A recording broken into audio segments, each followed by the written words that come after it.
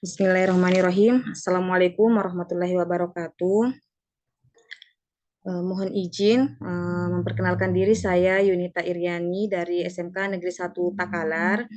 Mohon izin untuk memaparkan terkait kegiatan yang telah saya lakukan selama proses perkuliahan, di mana di sini saya telah melalui 7 langkah, 3 langkah pada pendalaman materi dan 4 langkah pada pengembangan perangkat pembelajaran. Langkah pertama adalah identifikasi masalah, di mana dalam identifikasi masalah ini ada 6 jenis permasalahan yang menjadi acuan untuk dicarikan atau diidentifikasi masalah yang terjadi, kemudian menganalisis dengan cara melihat gejala-gejalanya. Adapun keenam jenis permasalahan itu terkait yang pertama pedagogik, literasi dan numerasi, yang kedua terkait kesulitan belajar, yang ketiga terkait hubungan antara guru, siswa dan orang tua siswa, yang keempat terkait penerapan model pembelajaran inovatif, yang kelima terkait materi pembelajaran berbasis HOTS, yang keenam penerapan teknologi inovatif. Adapun masalah yang saya identifikasi di sini yang pertama tentang rendahnya motivasi belajar siswa, yang kedua tentang rendahnya pemahaman siswa terhadap materi yang sifatnya kuantitatif, yang ketiga tentang komunikasi yang tidak efektif antara guru dan siswa, yang keempat tentang rendahnya ketertarikan siswa terhadap materi yang pembelajaran yang sifatnya konvensional, kemudian yang kelima rendahnya keterampilan siswa dalam berpikir tingkat berpikir kritis dan analitis, kemudian terakhir pembelajaran yang dilakukan belum menggunakan teknologi yang inovatif.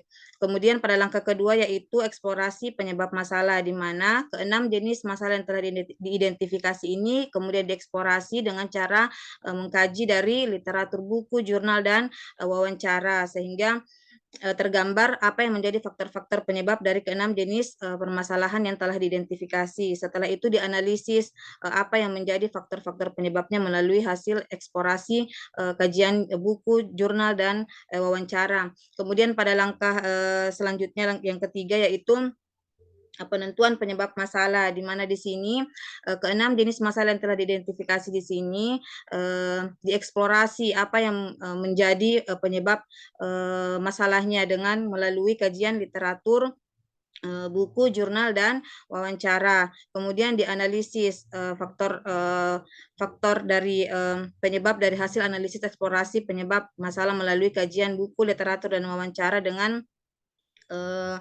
melihat apa yang menjadi faktor-faktor penyebabnya. Kemudian langkah selanjutnya itu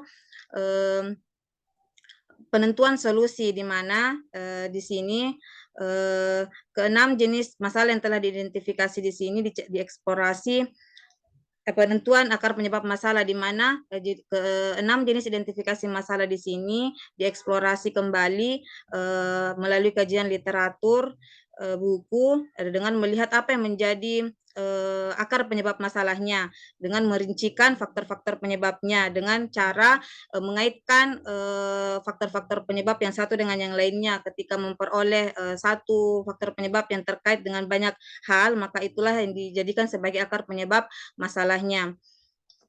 Nah, kemudian langkah selanjutnya masalah terpilih yang akan diselesaikan, di mana di sini dipilih 2 identifikasi masalah dari keenam jenis identifikasi masalah yang telah diidentifikasi.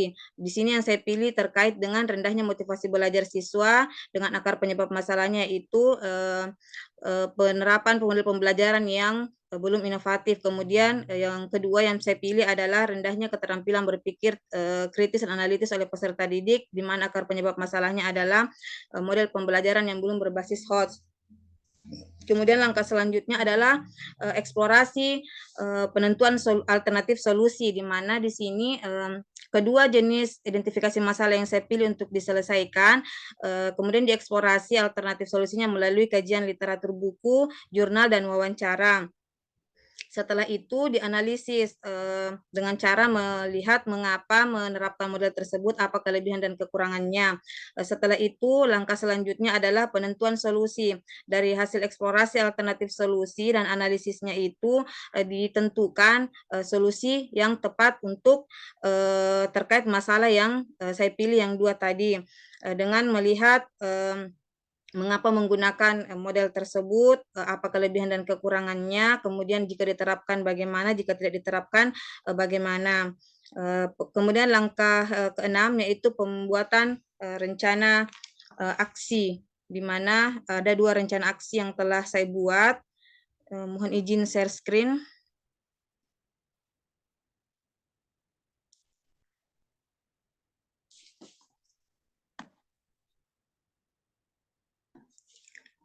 Nah, dalam pembuatan rencana aksi ini terdiri dari membuat RPP, bahan ajar, kemudian media pembelajaran, dan juga LKPD dan instrumen penilaian. Adapun untuk RPP, di sini ada identitasnya, kemudian kompetensi inti, terkait sikap spiritual, KI 1, KI 2 terkait sikap sosial, KI 3 terkait pengetahuan, KI 4 terkait keterampilan. Adapun kompetensi dasar di sini yang saya ambil untuk rencana aksi 2 yaitu untuk pengetahuannya menganalisis APBN dan APBD dalam pembangunan ekonomi. Adapun indikatornya di sini menjelaskan pengertian APBD, menjelaskan tujuan APBD, menguraikan fungsi APBD, dan menganalisis sumber-sumber penerimaan daerah. Kemudian kompetensi keterampilannya di sini menyajikan hasil analisis fungsi dan peran APBN dan APBD dalam pembangunan ekonomi. Kemudian indikatornya di sini mempresentasikan hasil analisis fungsi dan peran APBD dalam pembangunan ekonomi. Ini untuk pertemuan pertama. Kemudian yang menjadi tujuan pembelajarannya, setelah mengikuti proses pembelajaran menggunakan pendekatan saintifik dan model pembelajaran problem based learning, siswa dapat menganalisis APBN dan APBD serta menyajikan hasil analisis APBN dan APBD dari berbagai sumber belajar yang relevan dengan penuh tanggung jawab, religius, bekerja keras, dan bekerja sama dengan baik dan benar. Kemudian materi pembelajarannya yaitu untuk materi reguler menggunakan artikel terkait APBD, kemudian untuk konseptualnya pengertian APBD, tujuan APBD, fungsi APBD, sumber-sumber penerimaan APBD. Kemudian pendekatan, model, dan metode pembelajaran, di mana pendekatan di sini menggunakan pendekatan saintifik, model problem based learning dengan metode diskusi kelompok, tanya jawab, dan penugasan. Adapun kegiatan pembelajaran dalam aksi ini, yang pertama pendahuluan, guru memulai pembelajaran dengan salam pembuka, doa bersama, melakukan presensi kehadiran siswa, dan menyiapkan siswa agar fokus dalam pembelajaran. Kemudian guru memberikan penguatan bernyanyi lagu Garuda Pancasila untuk menanamkan Pancasila sebagai ideologi negara. Kemudian yang ketiga untuk kegiatan aspek persepsinya itu guru mengajukan pertanyaan dan mengaitkannya dengan materi yang lalu dengan materi yang akan diajarkan saat ini. Kemudian menyampaikan tujuan dan manfaat mempelajari materi ini yang dikaitkan dengan kehidupan sehari-hari. Kemudian guru menyampaikan langkah pembelajaran yang akan dilaksanakan sebagai acuan. Kemudian pada kegiatan inti sesuai dengan sintaks model pembelajaran problem based learning dimulai dari orientasi siswa pada masalah dengan menayangkan suatu tayangan video yang terkait dengan APBD. Kemudian guru bertanya terkait video yang ditampilkan. Kemudian yang langkah kedua mengorganisasi siswa, di mana guru membagi siswa ke dalam kelompok kecil yang masing-masing terdiri atas 5 sampai 7 orang siswa. Kemudian guru membagikan LKPD yang berisi materi yang akan didiskusikan pada tiap kelompok. Kemudian pembagian materi kepada tiap-tiap kelompok dari 3 kelompok, dan guru mengarahkan siswa untuk membagi tugas di antara anggota kelompok untuk mencari data atau bahan yang diperlukan untuk memecahkan masalah. Kemudian langkah yang ketiga membimbing penyelidikan. Siswa melakukan penyelidikan yaitu mencari data atau referensi untuk bahan diskusi kelompok. Kemudian guru memantau keterlibatan siswa dalam pengumpulan data dan mengisi penilaian afektif siswa. Kemudian langkah keempat mengembangkan dan menyajikan hasil karya, di mana kelompok melakukan diskusi dan hasilnya ditulis dalam LKPD. Kemudian guru memantau dan membimbing penyelesaian masalah yang ada di dalam LKPD. Kemudian di sini ada ice breaking.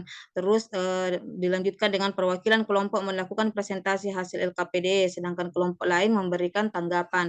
Dan langkah kelima menganalisis dan evaluasi masalah. Guru memberikan masukan dan reward kepada kelompok yang presentasi. Kemudian siswa bersama-sama dengan guru membuat kesimpulan berdasarkan hasil presentasi dan hasil diskusi kelompok dikumpulkan. Kemudian pada kegiatan penutup melakukan refleksi atau atas proses pembelajaran yang sudah berlangsung baik oleh peserta didik maupun guru. Kemudian Peserta didik diberikan uji pemahaman materi melalui kuisis dan menyampaikan topik materi untuk pertemuan selanjutnya. Dan guru menyampaikan salam penutup. Adapun media atau alat bahan dan sumber belajar, media yang digunakan di sini video pembelajaran, PowerPoint, kemudian kuisis dan LCD proyektor dan bahannya, artikel dan modul. Kemudian sumber belajarnya dari buku, jurnal, dan juga video pembelajaran disertakan linknya. Kemudian penilaian, teknik dan jenis penilaian, teknik sikap observasi, dilihat dari observasi atau pengamatan, kemudian pengetahuan soal tertulis, keterampilan dengan unjuk kerja. Kemudian jenisnya sikap non-tes, pengetahuan tes, keterampilan non-tes. Kemudian instrumen penilaian, sikap terlampir, pengetahuan terlampir, keterampilan terlampir. Kemudian pembelajaran remedial dan pengayaan. Remedial, peserta didik yang belum mencapai KKM yang di bawah 75 diberikan remedial sesuai indikator yang belum tercapai atau tuntas berupa penugasan. Pembelajaran remedial dilakukan bagi peserta didik yang capaian KD-nya belum tuntas. Tahapan pembelajaran remedial dilakukan melalui pembimbingan secara individu, pembimbingan secara kelompok, pemberian pelajaran ulang, pemanfaatan tutor sebaya. Kemudian tes remedial dilakukan sebanyak 3 kali dan apabila setelah 3 kali terus remedial belum mencapai ketuntasan maka remedial dilakukan dalam bentuk tugas. Kemudian pengayaan, peserta didik yang telah mencapai KKM diberikan nasihat agar rendah diri dan menjaga capaian prestasi belajarnya dan dapat juga diberikan pengayaan berupa tugas mandiri. Kemudian ada bahan ajar yang menampilkan tujuan pembelajarannya, kemudian uraian materinya,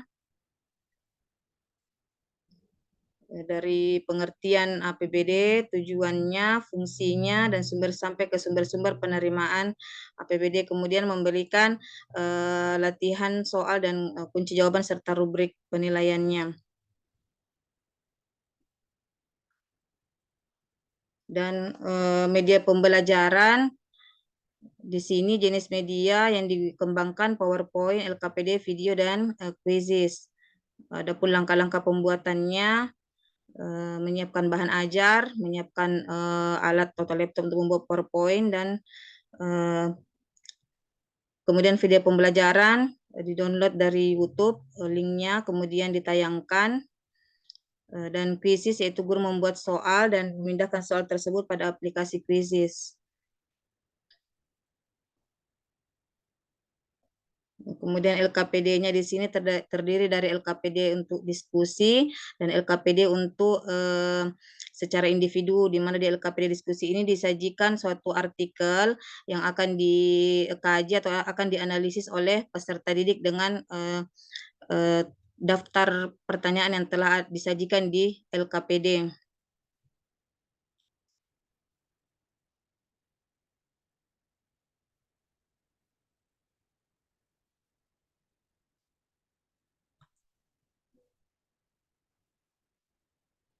Kemudian dalam instrumen penilaian ada kisi-kisi penulisan soal dari soal esai yang telah dibuat, kemudian instrumen penilaian sikap, instrumen penilaian pengetahuan, dan juga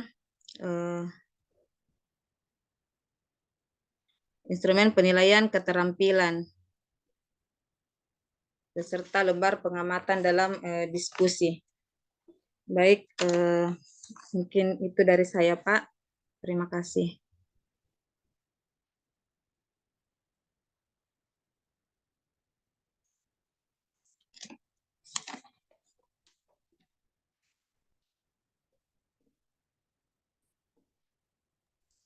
Oke, baik Ibu Yunita.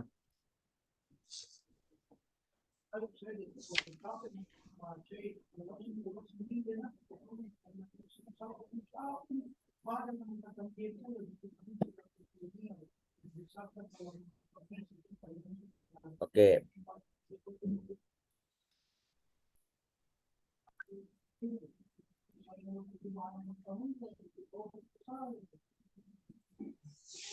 Baik, Ibu Yunita ya. Iya, Pak. Coba Ibu jelaskan apa yang Ibu pahami tentang HOTS. HOTS itu adalah keterampilan atau kemampuan berpikir tingkat tinggi, high order thinking skill. Oke. Eh, Berdasarkan keterampilan berpikir tingkat tinggi, kira-kira dari apa yang Ibu sudah buat itu di bagian mana yang menunjukkan adanya keterampilan HOTS itu? Ditunjukkan melalui indikator, kemudian dari tujuan pembelajaran, dan dilihat dari LKPD, dari soal-soal yang disajikan, baik dari diskusi maupun lewat tugas mandiri.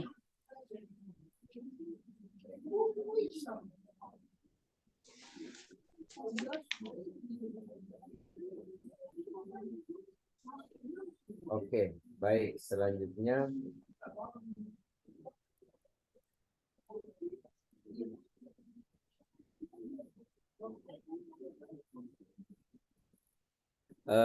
di bagian mana dalam perangkat yang Ibu buat itu yang menunjukkan adanya keterampilan HOTS?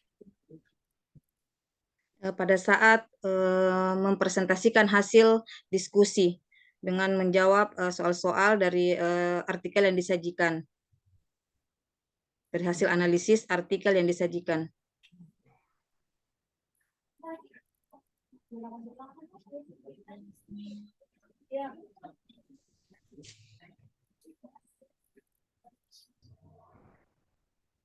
Oke, baik. Ibu bisa tunjukkan kepada kami soal yang mana yang Ibu maksudkan sebagai soal yang mengandung HOTS.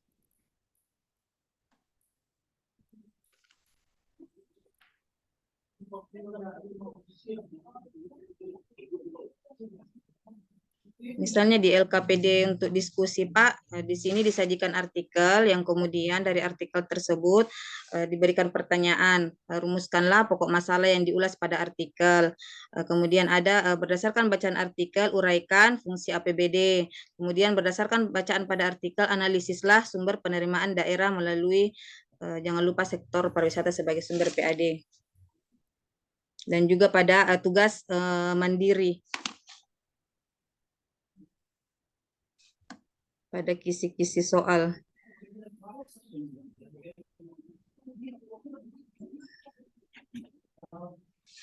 Di mana di sini jika dilihat dari level kognitifnya, untuk soal nomor 1, siswa dapat menjelaskan dan menguraikan berada pada level C1, siswa dapat mengidentifikasi berada pada level C1, dan siswa dapat menganalisis berada pada level C4, siswa dapat menganalisis tujuan APBD berada pada level C4, dan siswa dapat menganalisis sumber penerimaan negara berada pada level C4.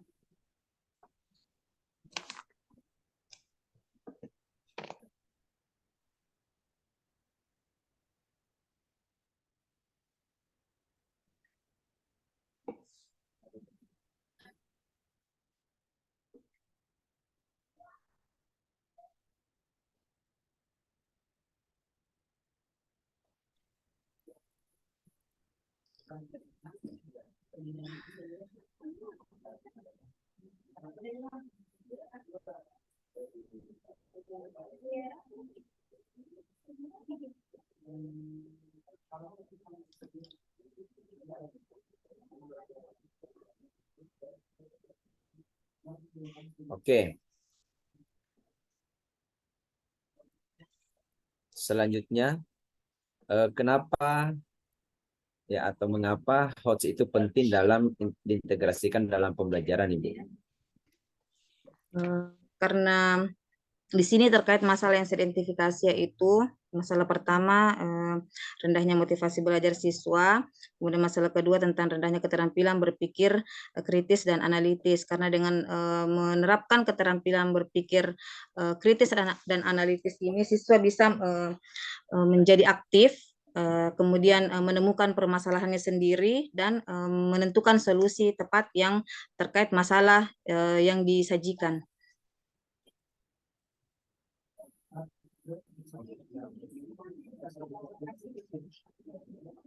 Bisa membuat peserta didik menjadi aktif.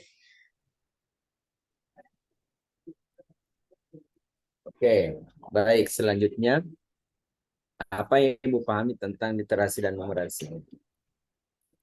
Eh, Terkait literasi dan numerasi di sini mungkin bisa digambarkan dalam perangkat saya, misalnya dalam kegiatan diskusi, di mana di dalam kegiatan diskusi ini dalam LKPD disajikan suatu artikel, di dalam artikel inilah peserta didik akan membaca, kemudian mencari, dianalisis dengan cara mengkaji dari berbagai literatur, baik itu menggunakan buku teks ataupun dari jurnal atau internet untuk menjawab atau menyelesaikan LKPD yang ada di LKPD diskusi tersebut.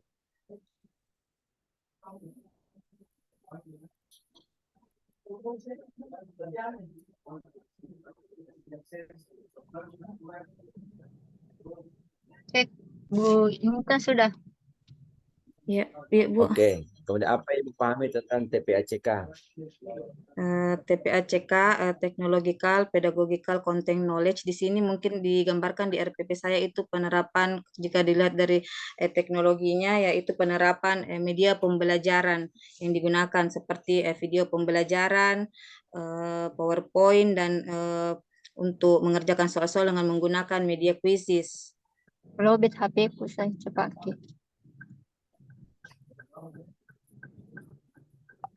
Oke. Kenapa TPACK penting diintegrasikan dalam pembelajaran, Ibu? Karena dengan penerapan TPACK ini, khususnya misalnya dilihat dari media pembelajaran, penggunaan media pembelajaran, ini saya lihat dapat meningkatkan motivasi belajar siswa dengan penerapan berbagai macam media yang bisa digunakan dan dilihat oleh siswa, yang tidak hanya menggunakan penglihatan saja, tapi menggunakan pendengaran. Jadi menggunakan berbagai macam indera yang ada pada tubuhnya. Oke, baik. Saya kira cukup kalau begitu. Bu, saya serahkan selanjutnya ke Ibu Dr. Inana, silakan. Baik, Assalamualaikum warahmatullahi wabarakatuh. Waalaikumsalam warahmatullahi wabarakatuh. Ibu siapa tadi? Ibu Yunita, Bu. Yunita ya. Yang satunya Ibu Junita. Yunita.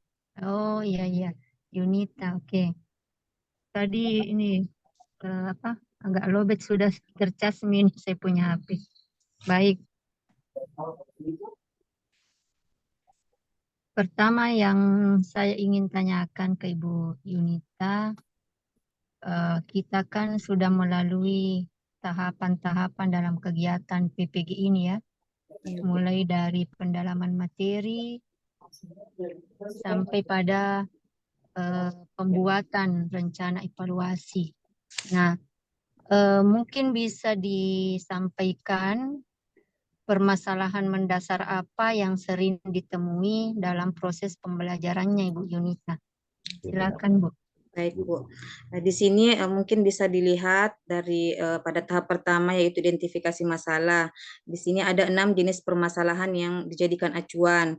Adapun identifikasi masalah yang saya temukan dalam kehidupan pembelajaran saya, yang pertama terkait rendahnya motivasi belajar siswa, kemudian yang kedua terkait rendahnya pemahaman siswa terhadap materi yang sifatnya kuantitatif, kemudian dari jenis permasalahan yang ketiga yaitu komunikasi yang tidak efektif antara guru dengan siswa, kemudian jenis permasalahan yang keempat terkait dengan rendahnya ketertarikan siswa terhadap pembelajaran sifatnya konvensional, dan jenis permasalahan yang kelima yang saya identifikasi di sini adalah rendahnya keterampilan berpikir kritis dan analitis oleh siswa, dan yang terakhir terkait tentang penerapan teknologi, di mana dalam yang saya temukan di sini adalah pembelajaran yang diterapkan itu belum menggunakan teknologi yang inovatif.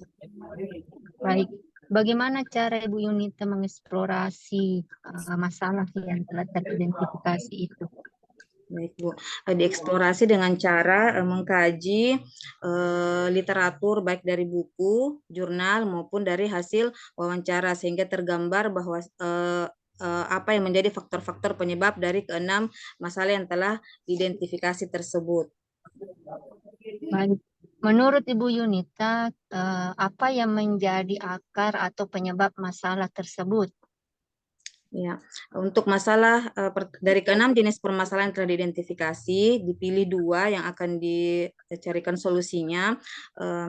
Yang menjadi akar penyebab masalah untuk masalah pertama yang saya pilih yaitu terkait rendahnya motivasi belajar siswa. Akar penyebab masalahnya di sini adalah model pembelajaran yang digunakan itu belum inovatif. Kemudian jenis permasalahan yang saya pilih yang kedua adalah terkait rendahnya keterampilan berpikir kritis siswa. Yang menjadi akar penyebab masalahnya adalah karena model pembelajaran yang digunakan itu belum berbasis HOTS. Baik. Nah, bagaimana Ibu menetapkan solusi yang dianggap relevan untuk mengatasi masalah tersebut? Baik, dari kedua jenis permasalahan tersebut, kemudian dieksplorasi lagi alternatif solusi yang tepat dengan menggunakan kajian literatur buku, jurnal, dan hasil wawancara. Dari sanalah tergambar solusi-solusi yang relevan yang akan dijadikan sebagai penentuan solusi nantinya. Oke. Nah, solusi apa yang menurut Ibu Yunita relevan ini diterapkan untuk mengatasi masalah tersebut? Baik, untuk jenis permasalahan pertama yang saya angkat terkait rendahnya motivasi belajar siswa, maka di sini menjadi penetapan solusi saya adalah menerapkan model pembelajaran problem based learning, sama halnya dengan yang jenis permasalahan kedua terkait rendahnya keterampilan berpikir kritis dan analitis siswa dengan penentuan solusi yaitu menggunakan juga model pembelajaran problem based learning. Oke.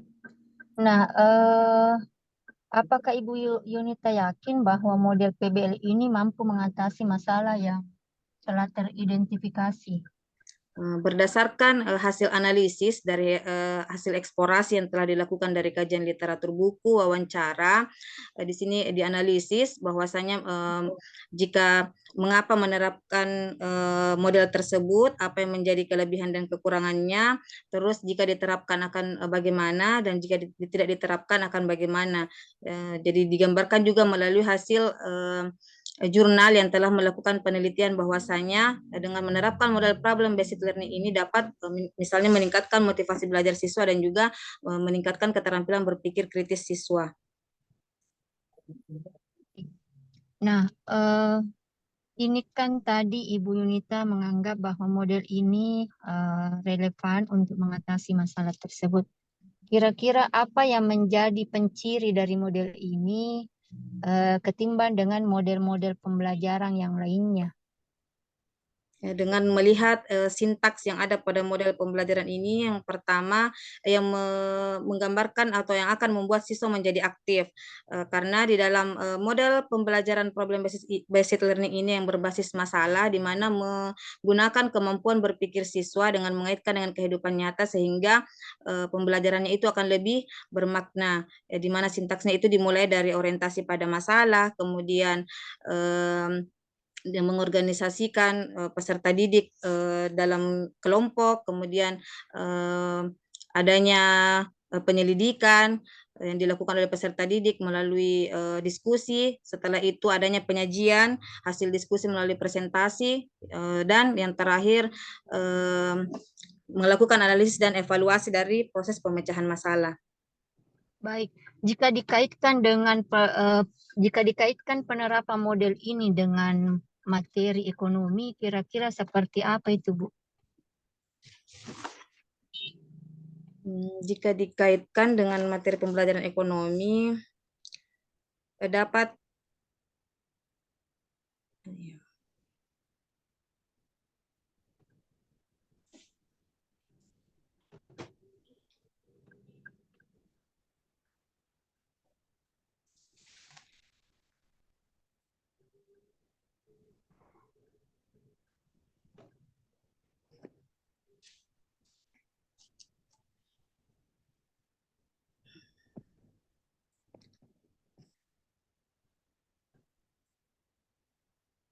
jika dikaitkan dengan pembelajaran ekonomi, model tersebut ini dapat meningkatkan pemahaman peserta didik terkait materi-materi tentang ekonomi.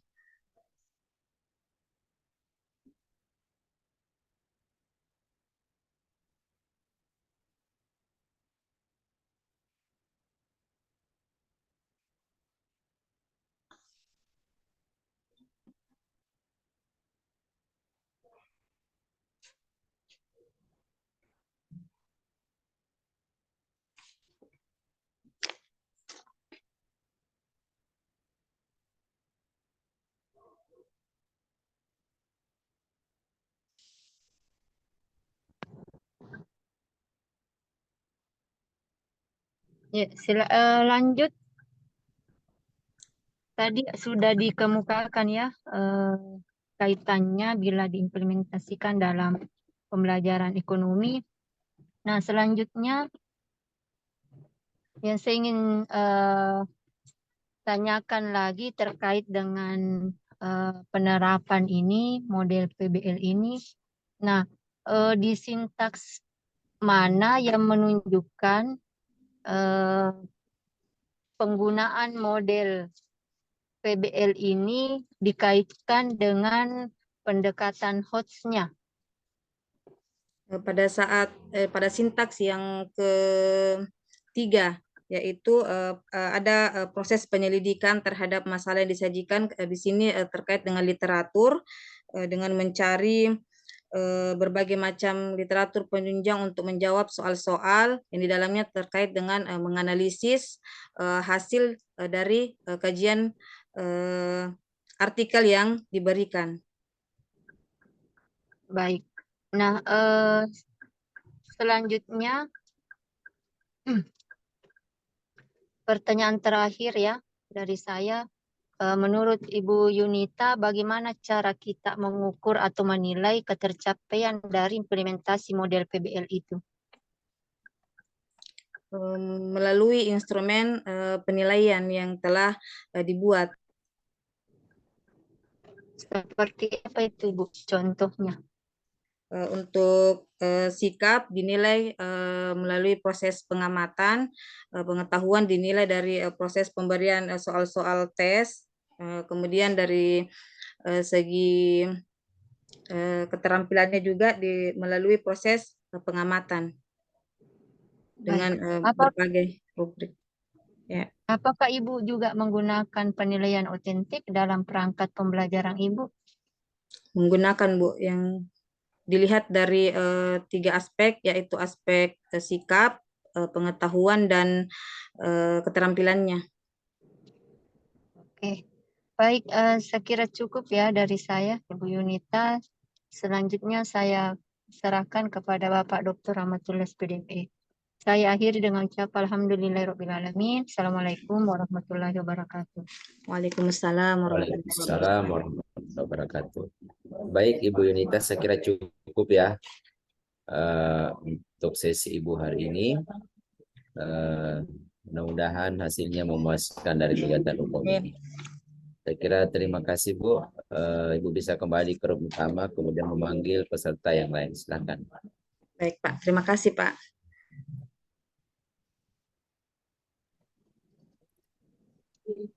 Mungkin bisa disiapkan untuk peserta besok, Bidi, kalau masih ada waktu.